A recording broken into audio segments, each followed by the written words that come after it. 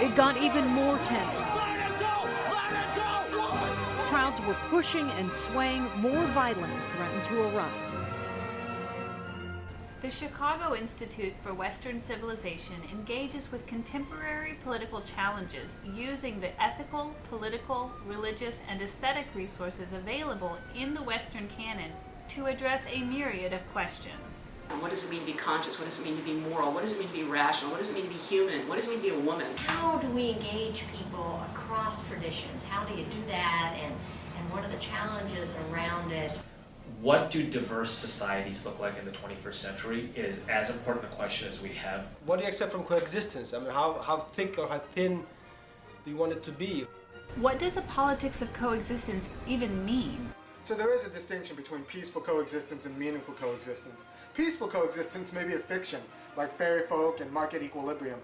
I've seen too many purported instances of peaceful coexistence where the appearance of peace depends on hiding women, hiding prisoners, hiding the poor and working classes, hiding the disabled, hiding religious minorities, and then giving out a brochure with a nice picture on top to make certain classes feel at peace. The politics of meaningful coexistence admits that there are tensions, and it uses political institutions to distribute more artfully and justly the anxieties that go along with these tensions. The politics of coexistence includes appreciating certain burdens of mature democratic citizenship. Let's start at the beginning. First, you have the notion of politics. We know that in general, political institutions are supposed to resolve disputes between free people. For the resolution to be a political resolution, one would have to resolve the dispute in a way that doesn't require violence or the threat of violence. One can either resolve disputes through persuasion or through a war. In addition, we have to resolve disputes through habits and institutions that promote human flourishing. If we do not organize our political relations with an eye toward human flourishing, then we miss what kind of community we're involved in. I mean, it's not a business contract where we're each going in trying to get something just for ourselves and only for ourselves. That's not the sort of community a political community is. I mean, yeah, so I guess I really am an Aristotelian about this. We live together because we can only be happy if we do it together. The relation between tyrant and subject, for example, is non-political, because it does not take place between free people.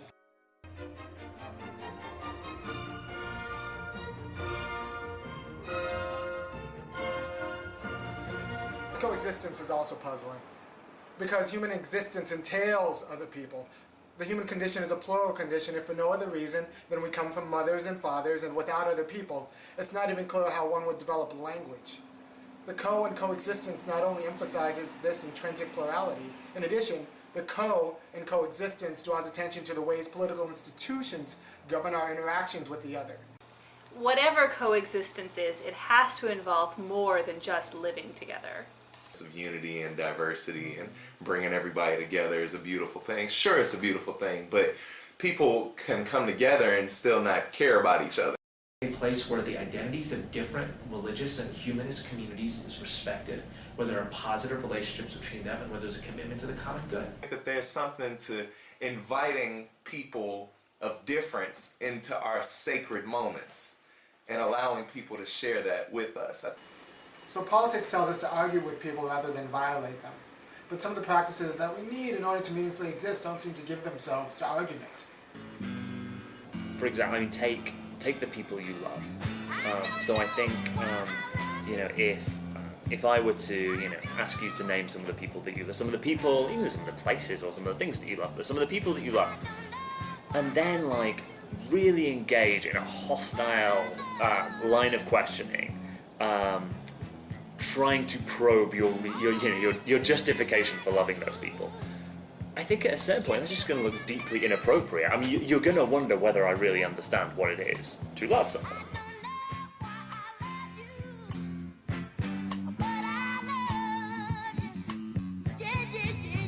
If some activity is meaningful to you, does it follow that you can explain or prove to someone else that it is meaningful to you? I think the answer is no, because one could easily think of examples like, say, devoting one's life to a certain kind of study of music and then trying to explain that to a deaf person, right? And someone who'd been deaf from birth, they could in the abstract understand it, but they can't really know what the meaning of that is.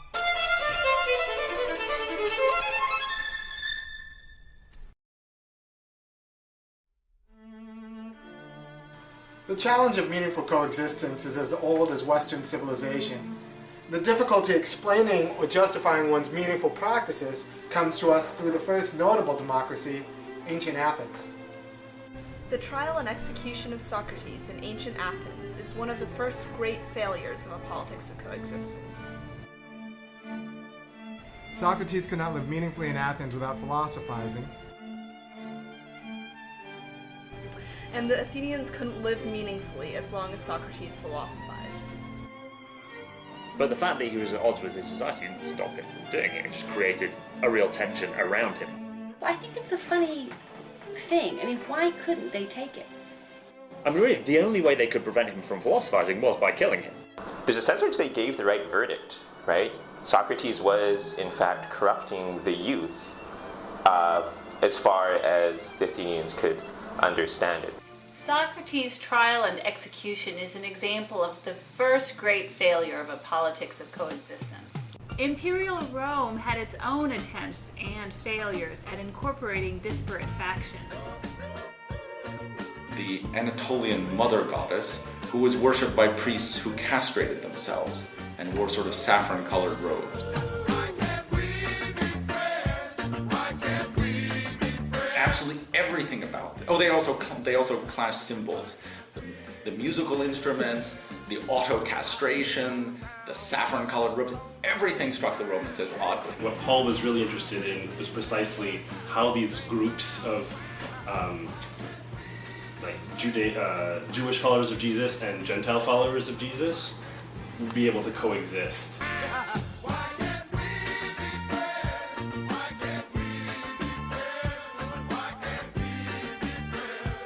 I mean, for a while, for not too long, but for a while at least, Christians, Jews, and Muslims have coexisted. Cooperating with one another, intellectually. So, for example, you have these great translation efforts and such. And so we always hear about how, for example, without Muslim Spain, then we would never have regained our knowledge concerning, Greek philosophical tradition. Convivencia in Spain.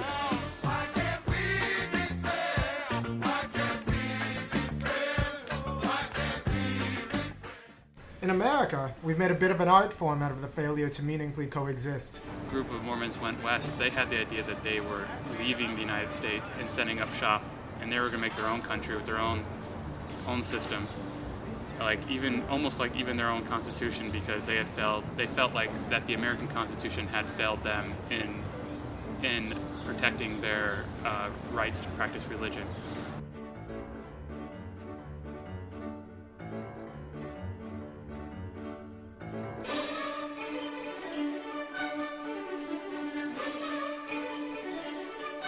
We have set up in this country, kind of a long-standing tradition of, when things get crowded, just move out. Yeah. Kind of either fight your way out or just expand your way out. And the intelligentsia to kind of look down in suburbs and be very snobbish towards suburbs, or 1 in every 2 Americans lives in a suburb. They like it. There's a lot to like about suburbs. You can have a house, a yard, and a high quality of life.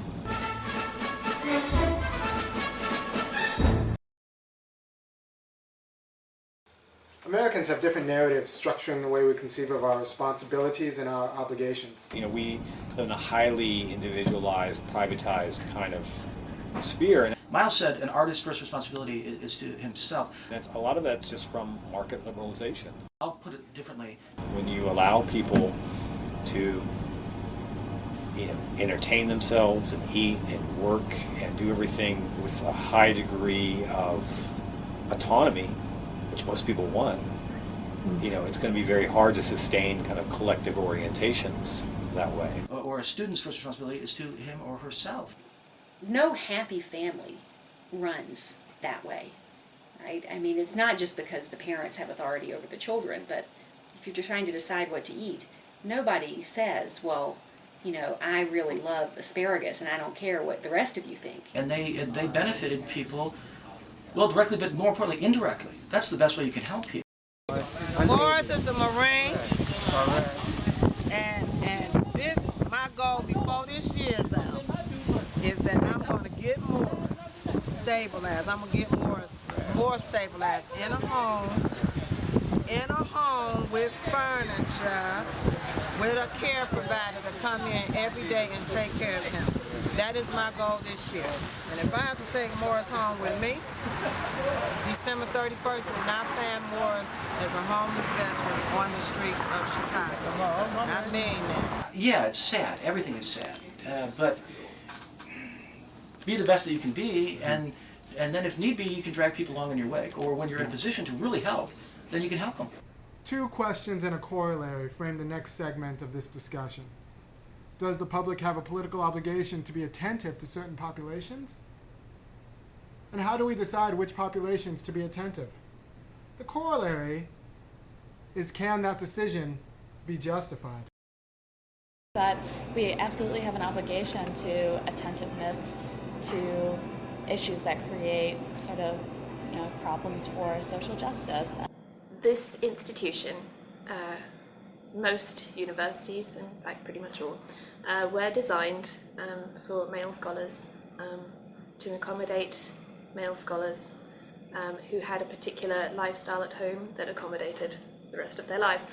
And the truth is that we don't live in those times anymore, but the university hasn't adapted. Whenever we hide away populations, whenever we hide away any class of individuals, that exclusion is part and parcel of continued privation and continued violence in a lot of cases.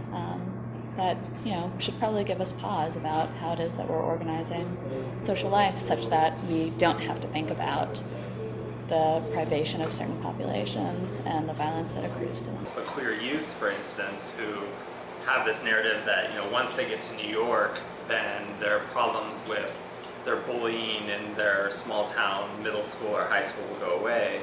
To New York, I mean, there aren't the structures in place to take care for queer youth, and why half of homeless youth, or almost half at least of homeless youth, are LGBT. You may think that there are a certain set of political problems that are out there that the public is not attentive to.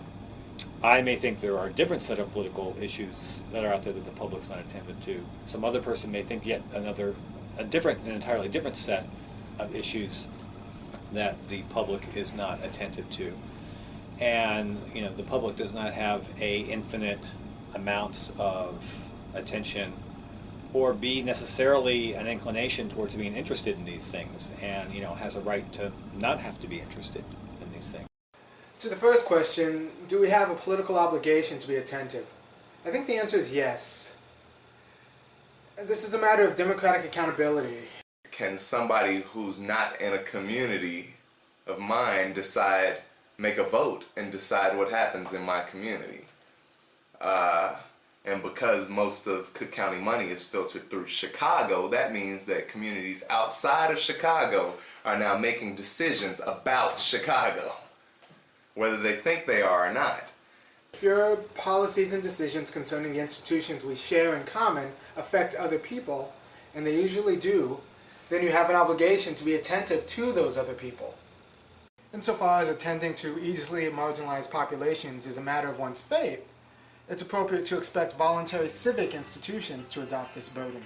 I'd like to think that that's what civic institutions should do. One of the most beautiful things about America is that there's a gazillion micro-civil societies happening all the time, and you know what? You can start one. Civic institutions are voluntary institutions. They are not market-driven like businesses are, and they are not governed by the state. Civic institutions are distinct from political institutions because you voluntarily join them. Examples of civic institutions include churches, neighborhood associations, or professional associations. Political institutions, on the other hand, are non-voluntary and are run by the state. You cannot opt out of membership in a political institution. Examples include law enforcement, the legislature, and the courts. The United States can't make you a Boy Scout, they can't make you a Muslim, and they cannot decree that you will be a member of the American Medical Association. But the IRS is a political institution and it can make you pay your taxes. If attending to marginalized populations is a political responsibility, I'm not convinced people have the right to withdraw. I say that all civic institutions will promote community, but it's the idea that do you want to have the state promoting community and having everyone march lockstep, singing the same anthem and wearing the same clothes, which is how states typically promote community. You say, when I was in England for 3.5 years, you say, I want to start something. People are like, why don't you just petition the government? I'm like, I want to start something, right? In America, people are like, oh yeah, start it. There's a reason you have 7-year-olds doing lemonade stands. They're starting things. There is something unabashedly American about self-started and self-directed voluntary civic institutions attending to marginalized populations. But there's also something privileged and naive working in that same idea. Civic institutions have to keep their funders and their volunteers happy. The tax codes, health codes, labor codes, these non-transparent political priorities of our political institutions really determine the types of voluntary organizations that arise. So to think that the voluntary civic organizations, whether they're faith-based, community-based, educational, outreach, to think that they arise exclusively out of an organic nature is an illusion. They always depend on the grant that funds them to determine what their actual mission looks like. And I'm worried that the emphasis on civic institutions privatizes what really is a political burden. In the same way, I think that an all-volunteer military service has done horrible things to the quality of our discourse around violence. Aristotle would find our lives sort of unimaginably apolitical. I mean, voting, that's it, right? That's nothing. We don't, most of us do any kind of political service. We don't live our lives in a daily way with constant ruling or being ruled. Denigration of the whole idea of the common good is something essentially communist is just one of the worst things that's happened to our politics in recent years, it seems to me. The way Aristotle would see what we've done is neither the good or the bad democracy, but that we've sort of farmed out our ruling to some, group of people. It allows us to lead a very comfortable kind of apolitical existence. And you got to build those habits of thinking about a common good, and I don't think we do enough. If we take seriously the idea that the burdens of mature democratic citizenship cannot be voluntarily shirked, then how do we decide where to allocate resources? There are the standard ways. Say that we would want to set up institutions so that the problems that are of the greatest magnitude, that would be most pressing for the greatest number, would necessarily then garner the most amount of attention or be prioritized in a particular way. There is a variety of utilitarianism that governs the way we talk about our political responsibilities, but that utilitarianism doesn't really convey what it is to be fully human. It only conveys 60%, say.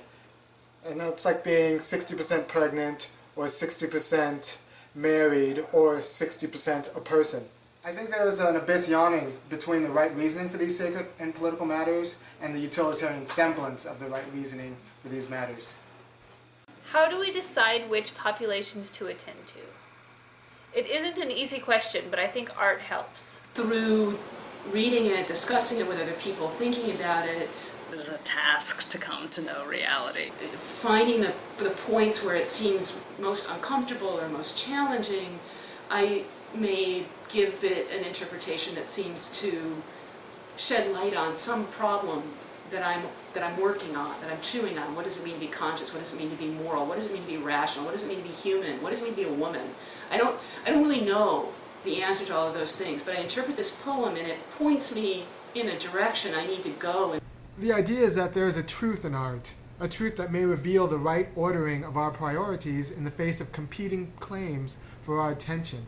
and to expose us to aspects of reality that we are shielded from potentially. The things that I'm invested in believing so that I can continue to believe that I'm a good person.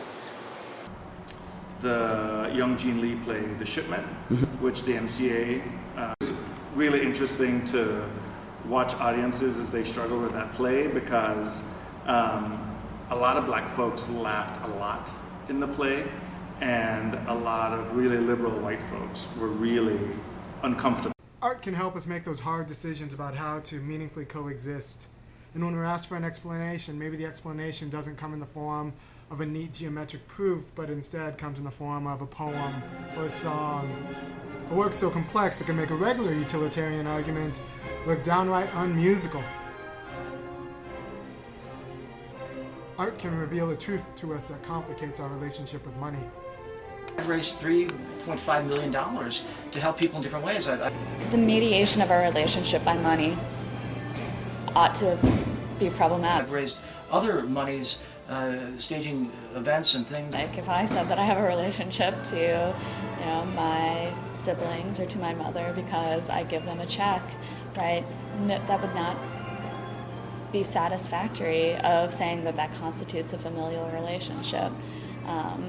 So, in a very sort of basic sense, money as bonding us reduces all of our relationships to the same sort of calculus, and that is a very thin sense of thinking of belonging. Belonging should have variation, should be, my relationship with one person is never going to be replicated in my relationship to somebody else. Both meaningful art and meaningful religion are tied to a sense of received tradition. We need tradition, and we need tradition for this to work. And dogmas and miracles really tend to age well, and they get better over time. And some of our dogmas and miracles, they're just young. But sometimes we have traditions that depend on the degradation of others. You've got to keep the white and the black separate. The need to justify one's practices is a central condition to a functional democracy, and it does often lead forward. In order to perform our most meaningful practices, we need common institutions. In order to establish common institutions politically, we persuade each other through arguments. In order to persuade each other through arguments, political participants have to be willing to appreciate non-obvious arguments, because not all meaningful practices admit obvious arguments. Non-obvious arguments can include works of art, including poems, songs, paintings, and dance. In order to appreciate non-obvious arguments and thereby become mature citizens, political participants have to be willing to be vulnerable. They may have to sacrifice, both materially and their dignity, in order to appreciate the truth in artistic arguments that make them uncomfortable. We here at the Chicago Institute for Western Civilization are still trying to formulate the constitutive features of mature democratic citizenship that make a politics of coexistence possible. For more information, please go to www.chicagociv.org or email info@chicagociv.org with any information you have concerning this issue. And with your help and your resources, we're looking to release a full-length documentary on the politics of coexistence in 2013. Let me say another thing. I hope this can be put on the tail end of this. When you walk out this movie, if you walk away from your television set, it's one thing you walk out with in your mind. When you get up and walk out and look down the street, you say to yourself, damn right I'm somebody.